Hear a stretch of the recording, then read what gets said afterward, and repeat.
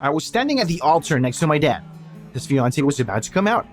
I wondered who she was. Some old gray mare, I suppose. For the entire 6 months of their relationship, I lived in a college dorm and I never got to meet her.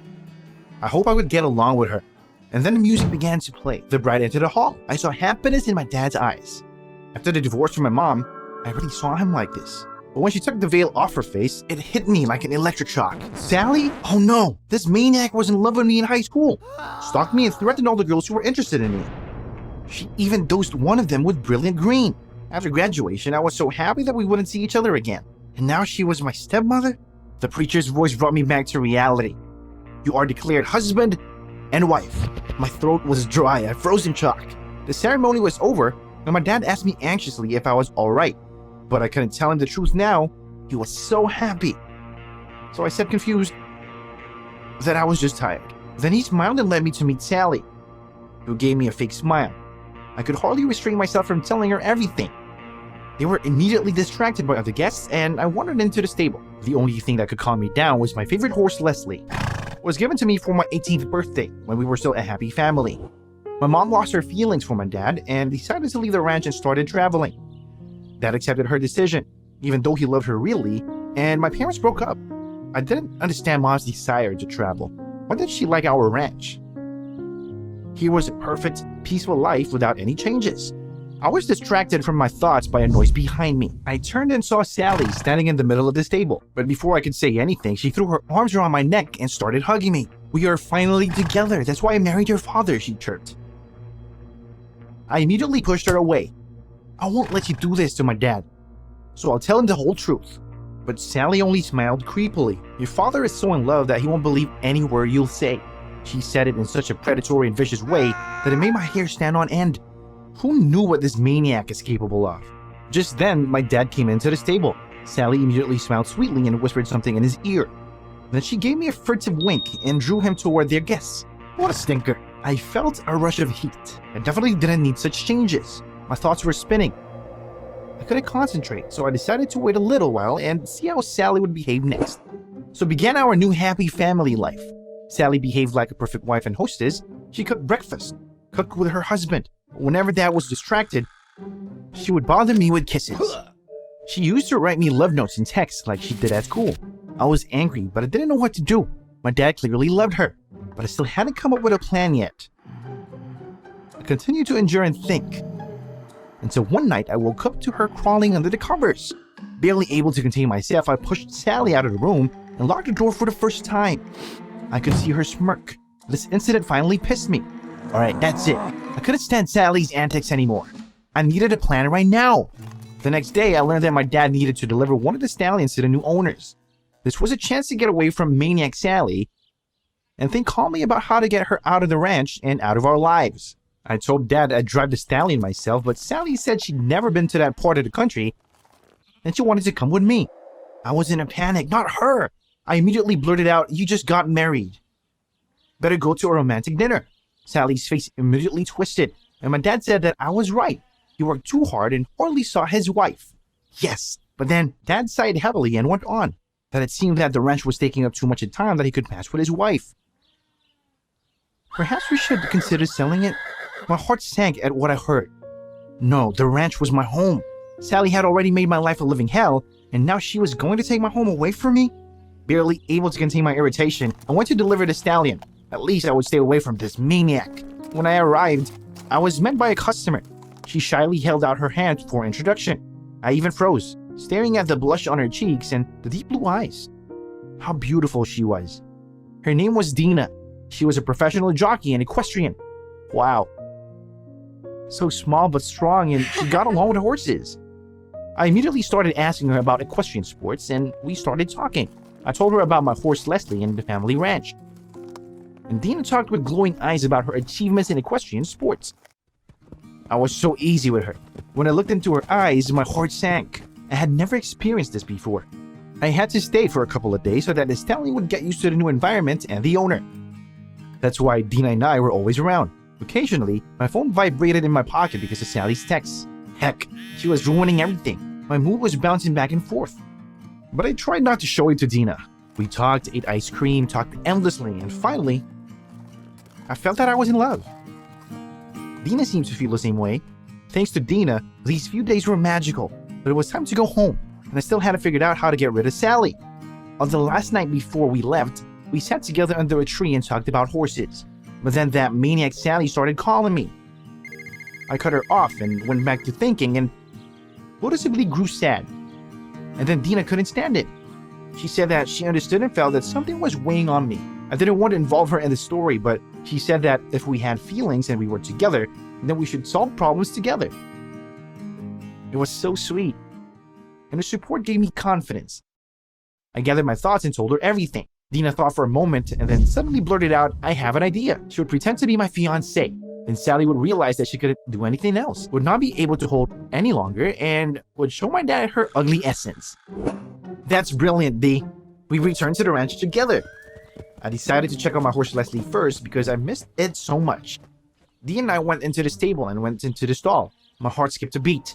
The horse was breathing very hard. I shivered. Something was wrong with him. Maybe he was sick. I wasted no time in examining Leslie. His stomach was swollen. Then Dean exclaimed that there was clearly not water in the drinker. I sniffed. It smelled like something chemical. Did Sally poison my horse? She was completely out of her mind. Luckily, it looked like Leslie didn't drink too much. I wanted to go deal with Sally, but Dee reminded me that we had to stick to the plan. She was right. We gave Leslie a drink of clean water and left the stable. Taking Dina's hand, I walked resolutely into the house. My dad and Sally stared at us in amazement. I breathed it out, "Meet my fiancé, Dina." Sally turned pale, but Dad was happy.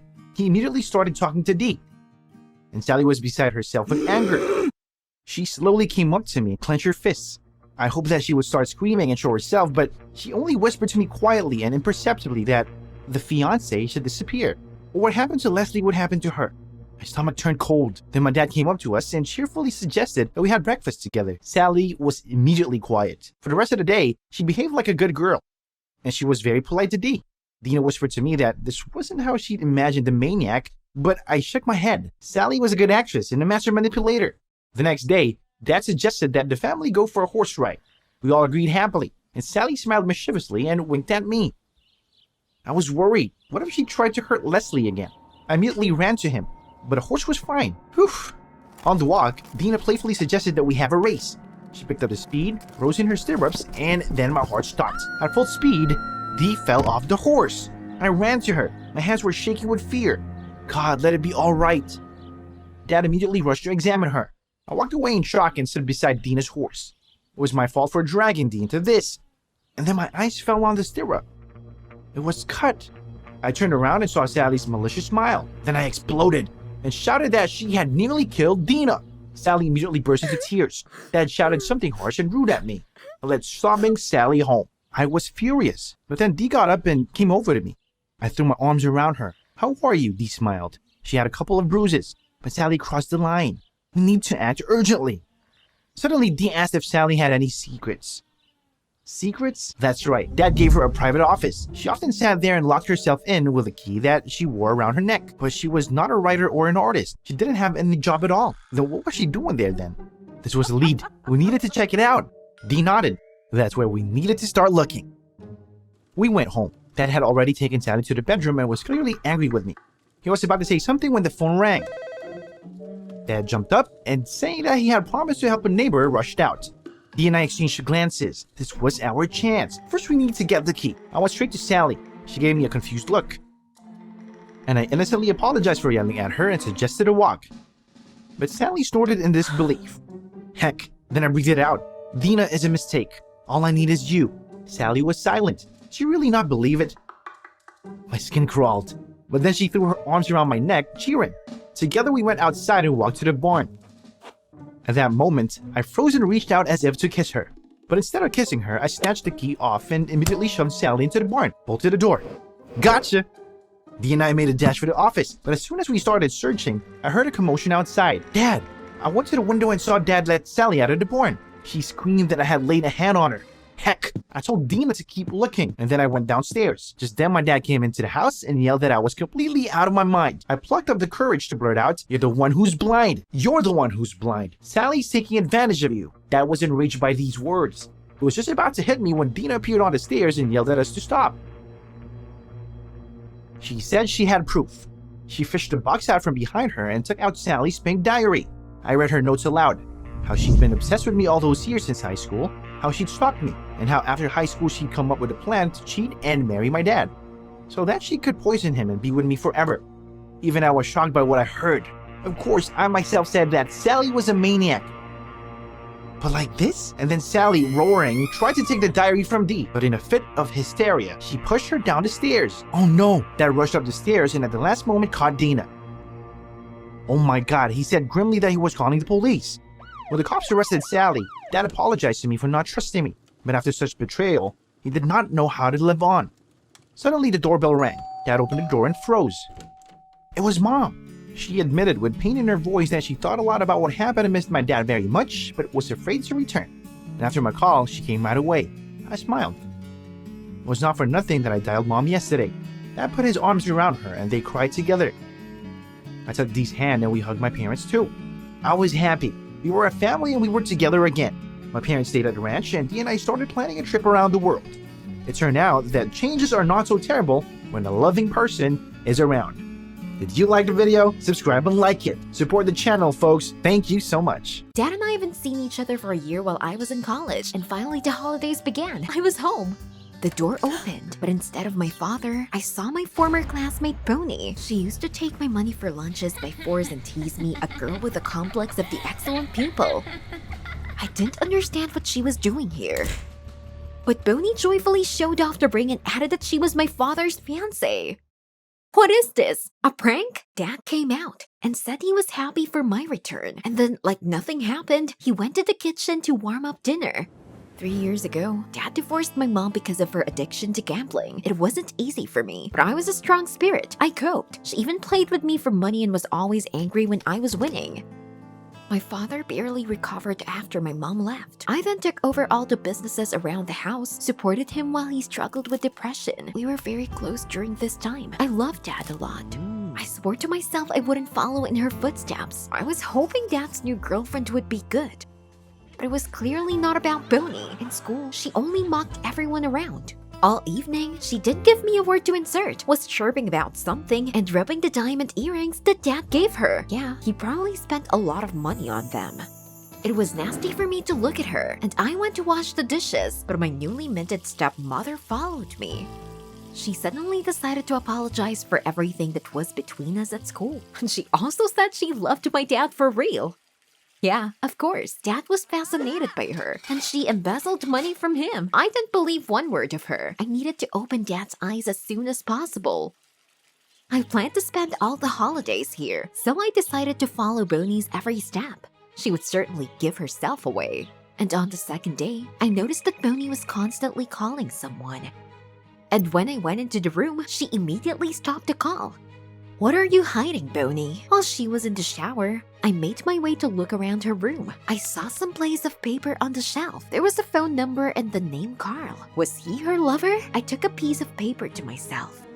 It would be useful to expose Bonnie at the right moment. But most suspiciously, when my dad lingered at work late, Bonnie always left. I once asked her where she was going, but Bonnie answered calmly that to yoga. Aha! All dolled up in a tight dress to yoga. I called Dad and asked the address of the yoga center. I lied that I wanted to pick up Bonnie after class. Oddly enough, he was aware. Dad was very happy that I finally decided to make friends with my stepmother, and I immediately went to the address. Of course, Bonnie was not there because the yoga center was closed for repair. That's the end of your relationship, Bonnie. While I was away, Dad came home. I broke into the living room and already wanted to tell about the fact that Bonnie had a lover. But Dad was concerned about something. He looked coldly at me and said a large amount of money was missing from the house. Suddenly, someone called him. It was an urgent call. I didn't even have time to say it was Bonnie's fault. Finally, he added that if there was no money before he arrived, it would be necessary to take measures. I went to my room. I was bitter. Dad always trusted me, and now he suspected me of stealing because of this stinker. I knew Bonnie had taken the money. I only had to make her return everything until my dad came back. This time, I decided to be careful and the same evening followed the cab that Bonnie was in. But on the way, my car stalled. Oh man, I could not lose sight of Bonnie. Then I jumped out in the middle of the road and stopped the first car. I begged the driver to catch up with the taxi, but he asked for a giant amount. It was all my money, hit or miss. I agreed, and we followed. Bonnie came out outside some hotel, so that's where you're relaxing with your lover. You're not getting away with it now. I got out of the car and quickly followed her to the hotel. I watched as Bonnie walked up the elevator, but unexpectedly, she headed to the stairs and went down to the basement floor. Where was she going? I immediately ran after Bonnie. There was an iron door downstairs. Strange, but there was no sign. I gently pulled the handle, and I found myself in a huge hall. There were slot machines and women in long dresses everywhere. I ended up in an underground casino. But where was Bonnie? I began to look back restlessly, and suddenly I saw Bonnie in the crowd. Aha! She was probably going to meet that Carl right now. But Bonnie sat down at the card table. I couldn't let her waste Dad's money. So I came close to her and threw a paper on the table with the phone number of her lover Carl, which I took from Bonnie's room. Explain everything immediately. She was so scared, she began to babble about her addiction, that she could not resist gambling, and she began begging not to say anything to Dad. No way, we were so tormented with Mom's poker addiction, and now there's you. 2 security guards approached us. What do you need? But one of them just crudely grabbed Bonnie by the arm and led somewhere. Damn, what is going on in here? The second guard suspiciously asked me if everything was okay. I felt a chill down my spine. I realized that I had to get away from him as soon as possible, and I said I just needed to go to the ladies' room. For a second, I felt scared, because the type that grabbed her looked very intimidating. So as soon as the guard turned away, I followed Bonnie unnoticed. The door to the room where she was brought was opened. I looked inside and saw Bonnie standing in front of some man. She called him Carl and sobbing, asked to wait with her dad. Carl showed the guard on her handbag, and the guard answering, "Okay, boss," took it away from Bonnie. He dropped all the contents of the handbag on the table, and I saw a wad of money. Everything was immediately clear to me. I knew that Bonnie was a thief. The boss got a pack of bills from there and began to recount. At this point, someone sharply put their hand on my shoulder. I turned around. It was the second guard from the hall. He said the toilet was not here.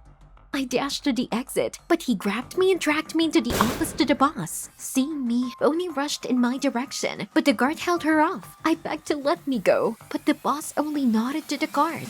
Panicked, I tried to hold on to something and grab the boss's jacket. Suddenly, a gold card of the poker club fell out of his inner pocket.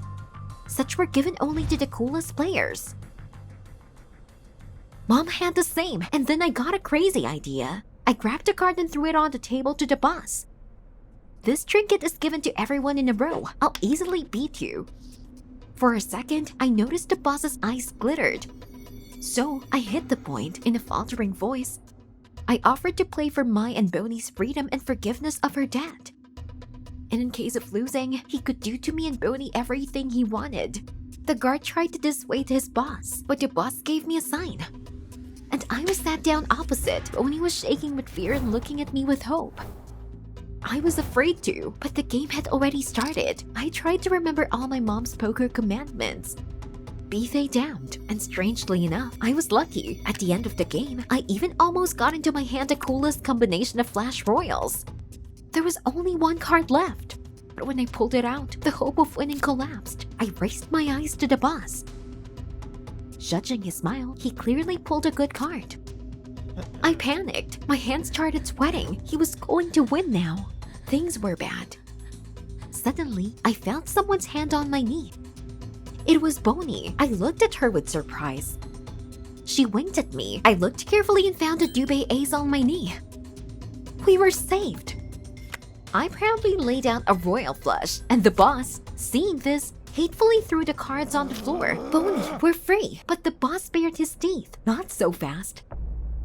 Hey, we got a bet, but the guards already surrounded us. I pulled away and ran up to the switch. Turning off the light, I grabbed Bonnie and immediately popped out of the office. We ran to the exit, pushing people and hitting slot machines. We were almost at the exit, and then I heard someone scream. I turned around and saw the boss grab Bonnie. She couldn't run. Damn, I was so close to the exit, but still couldn't leave her in his clutches. Then I pushed the boss away from Bonnie with all my strength and tightly grasped her hand, dragging her to the exit. People looked scared at us, but we didn't care. We ran out into the street and the guards kept chasing us. We rushed away as fast as we could. Only a couple of blocks later, they fell behind and we stopped to rest. I blurted out that if it weren't for the light, anything could have happened. To which Bonnie enthusiastically said it was her best game. And then she got cards out of her sleeve. Bonnie said she always tried to swindle, but it never worked. And you're good. But then I remembered that we got mixed up in it because of her. Forgive me, she said. Bonnie said she had gambling problems in school. Her parents were alcoholics, and she could only feed herself by playing poker and taking money away from other children. Suddenly, Bonnie extended me Dad's money. It turned out she managed to grab them from Carl's table, and she added that she would no longer interfere with my dad and me. He hardly needed a wife like that. After that phrase, Bonnie turned around and walked away. Bonnie finally left us alone. But my stomach just dropped for some reason. What if she just got really confused? So I caught up with Bonnie and said I wouldn't tell my father anything if she agreed to be treated for her addiction. That would be her secret. Bonnie was moved and hugged me. And then I remembered my mom. Maybe I was too harsh on her. I didn't even wonder where she got this addiction from and didn't help her struggle with it. When we came home, Dad was already waiting for us. I gave him the money and told him Bonnie and I found it behind the couch. He was very happy and also said I'm glad that you finally made friends. And then I thought maybe we could really be friends in the future. I left them alone and decided to call my mom. She and I talked for the first time in many years, and I apologized for not even trying to understand her. Mom was grateful that I gave her a chance and we arranged to meet. It sounded like she was crying quietly. We both seemed ready to start afresh. I'll see you soon, Mom. It was the worst day of my life. Me, Mom, and Dad were in the courtroom. They were getting divorced. My mother sued my father for half of his money and found another man. How could she? The jury were whispering and pointing at Dad. Yes, he's special. He has a rare disease. At the age of 13, he stopped growing, and he looks like a teenager all his life. They should be ashamed. To forget this nightmare, we moved. Dad, despite the fact that Mother sued half of the state, continued to successfully run his business. He's awesome. I went to a private school with an emphasis on literature, and of course, on the first day, the local teacher confused my father with a schoolboy. She yelled at us like we were skipping school. The next day, my dad decided to please me. It was almost Christmas, and he brought gorgeous Christmas tree with beautiful decorations and garlands to the school hall. It looked like a jewelry boutique on the tree. When that teacher, Amber, saw Dad with the tree, she immediately understood everything. She started to apologize for that yesterday's confuse. Well, of course, my kind dad made a joke of it and continued to chat with her sweetly. My dad just doesn't hold a grudge. Lucky for you, Amber. Christmas dinner was coming up and Dad called the guests, though didn't say whom. I decided to show off and prepared my signature dish, a ham. The evening promised to be fabulous, but I definitely didn't expect such guests. Amber was standing in front of me with a festive ham in her hands. Is this a joke? When did she and Dad get so close? I wanted to please Dad with my signature ham, but he tried her dish first and even praised it. The evening was ruined. But gifts always lifted my spirits. By the fireplace, my dad handed me an expensive Parker pen that I'd been dreaming about for a long time, but I didn't dare ask for it. Cool. And Amber, Dad invited her to a concert. No way! It seems that it was going to be a real date. In the evening, Dad went to this concert and didn't return home at night. Did he really stay with Amber? In the early morning, Dad showed up as if nothing had happened and took me to school. Amber was waiting for us in the school parking. And then I saw her, returning Dad's watch. Everything was confirmed. I sadly trudged to class. When I came in, everyone was giggling, and there was a drawing of Dad and Amber all over the blackboard, and it had inscriptions saying teachers in love with a youngster, so the whole school knew about it. Because of meetings with the teacher and workload, Dad spent very little time with me. And finally came her special day with Dad. We usually go to the mall, watch movies, shop, and have fun. Just him and I. We went to another boutique. I picked up a bunch of clothes and went to the fitting room. But when I came out, Dad wasn't there. I was really scared. But a few minutes later, he returned with the kitten in his arms. I couldn't even dream of this. But of course, the gift wasn't for me. We took Fuzzy to Amber's. I was starting to hate her. I tried to tell my father that they weren't a couple, but he wouldn't listen. Amber this, Amber that. She got into her family and no one even asked me because she's perfect. No one's perfect. She opened the door all dressed up. And from her conversation with Dad, I realized that they were going to a restaurant. Yeah, now I know why she's dressed up like this. I pretended to be a nice girl and offered to babysit the cat while they were at a restaurant, although I had other plans. As soon as the door closed behind them, I decided to look around. But then Fluffy began to pitifully meow. Apparently it was hungry. I decided to feed it and opened the cupboard to get food, but instead, I found a box. It was a bunch of Dad's notices. Wow, our Miss Perfect was drowning in Dad's. I turned on Sherlock mode and went to her bedroom. There was a laptop next to her bed. I can definitely find something interesting there. Bingo! There was our sweet Amber's messages to a friend saying she really needed money. What's this? Is this a link to Dad's company's website? Here you are. I heard the sound of an approaching car outside the window, but when the door opened, all I saw was Amber. Dad was called to another emergency meeting. I don't know who was more upset, me or the teacher. To give Amber her due, she played her part well, even offering to give me a ride home. She never stopped talking during the ride, and in the end, she suddenly gave out that she loved my dad. What kind of a liar was she? I told her what I thought and ran away. I was so disgusted. I tossed and turned all night, and I don't even remember when I fell asleep. In the morning, I was woken up by the smell of fresh pancakes. I ran to the kitchen without even changing my pajamas. I haven't seen my dad this happy in a long time. When I asked what time he came back, it turned out that he hadn't spent the night at home again. He was out with Amber all night, and then I exploded. I told him that she only wanted money from him. I wanted to tell him about the debts and loans, but he abruptly cut me off. It was the first time I'd seen my father so angry. He said that he understood that I decided to come up with some hooey about Amber out of jealousy, and sternly added that I better not get involved in adult matters that I don't understand yet. I couldn't hold back my tears. But Dad, what about... He came up to his senses and began to speak more softly, but I didn't back down. I kept saying she was trying to trick him. I had just started talking about the messages when Dad said that Amber and I needed to get to know each other, and we were all going to paintball together. Well, perfect. We ran into Amber's ex on the paintball field. You should have seen her face at that moment. Her ex began to bully my dad, calling him a baby and child. How dare he? Amber immediately answered him and he blushed and left. For a second, I even respected her, but only for a second. I've seen all the evidence. And I shot Amber, but I accidentally hit her in the head. I didn't want it, but she immediately left, saying that she had to teach someone extra classes. We didn't play anymore because Dad was in a bad mood. I felt guilty and tried to apologize, but he interrupted me and said that I had disappointed him. It hurt me. The next day I came to school in a bad mood. But my stupid classmates jumped on me right from the doorway.